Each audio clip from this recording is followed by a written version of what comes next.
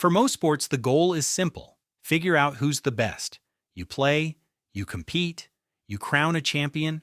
Football had a problem. The sport was growing faster than anyone expected, but there was no real way to decide who the best team in the world actually was. And for a surprisingly long time, nobody seemed too bothered by that. Football in the early 1900s was exploding across Europe, South America, and beyond. The sport was spreading fast and becoming something close to a global language. But there was a problem hiding underneath all of that growth. Nobody really talked about it because it just felt normal. There was no real world champion. The Olympics tried to fill that gap, but they had one rule that changed everything. No professional players. It sounds minor until you understand what that actually meant. The best players in the world, the ones who trained every day, the ones people actually paid to watch, were not allowed to compete. International football, as a result, was missing its strongest teams. So the biggest sport in the world had no real way to decide who was best. And for years, nothing changed, until one man decided that had to be fixed.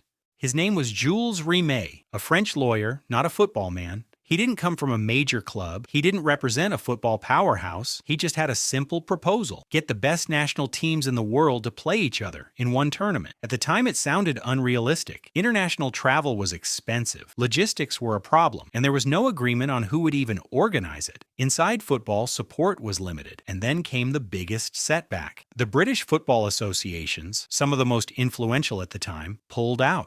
They didn't support the idea, and without them, most people expected it to die. But Rimet didn't drop it. He kept pushing the idea forward anyway, until eventually the situation changed. In 1928, at a FIFA Congress meeting, Jules Rimet presented a proposal for an international football tournament, a World Cup for national teams, with professional players included. The idea was discussed and put to a vote. FIFA approved it. The decision was made to create the first World Cup. After the approval, the focus shifted to organizing the tournament in practice. The first World Cup was awarded to Uruguay. At the time, it was not an obvious choice for many European teams. Travel required a long sea journey and significant cost. Uruguay, however, was willing to cover travel and accommodation expenses for invited teams. Even so, several European nations chose not to participate. The distance and logistics were major obstacles, and some federations were uncertain about the tournament's future. As a result, the first World Cup began with fewer European teams than originally expected. For organizers, it was a difficult start, but teams from Europe gradually began arriving by ship as the tournament approached. 13 teams took part in the first World Cup. Several European teams made the long journey to Uruguay by ship. The tournament progressed through the group stage and knockout matches, leading to the final in Montevideo. Uruguay faced Argentina. Uruguay won 4-2. They became the first World Cup champions. In the years that followed, the trophy's story would take an unexpected turn. The trophy was originally named the Victory Trophy. It was later renamed in honor of Jules Rimet. It was made of gold-plated silver. During the Second World War, international sports competitions were suspended, and concerns grew about the safety of major sporting trophies across Europe. The trophy was kept in storage and moved between secure locations during the war years. After the war, the World Cup resumed. Brazil went on to win the tournament 3 times, earning permanent possession of the Jules Rimet Trophy under the rules at the time. The original trophy was later stolen and never recovered. A new World Cup trophy was created to replace it. Today, 211 national teams are part of FIFA.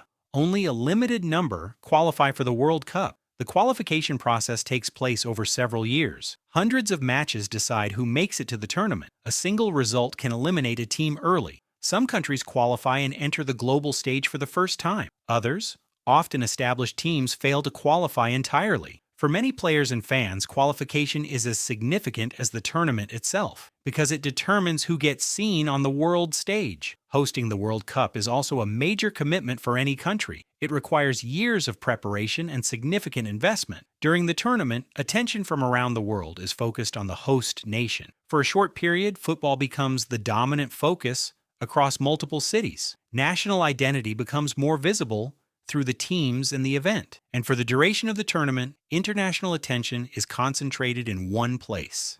And that is how the World Cup began. A tournament between national teams, played every 4 years. It brought countries from different continents into the same competition. It didn't start as something fully defined. It developed over time as more teams joined and more nations took part. Today, it stands as the central competition in world football. A single title, one tournament, and every 4 years the entire sport returns to it.